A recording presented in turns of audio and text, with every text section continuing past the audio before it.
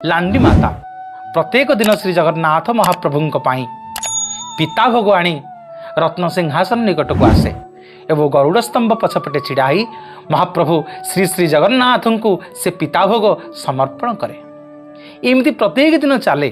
प्रत्येक दिन महाप्रभु जगन्नाथ पिता भोग आने महाप्रभु रत्न सिंहासन हाथ बढ़े लांडी मातार पिता भोग नहीं भक्षण करती।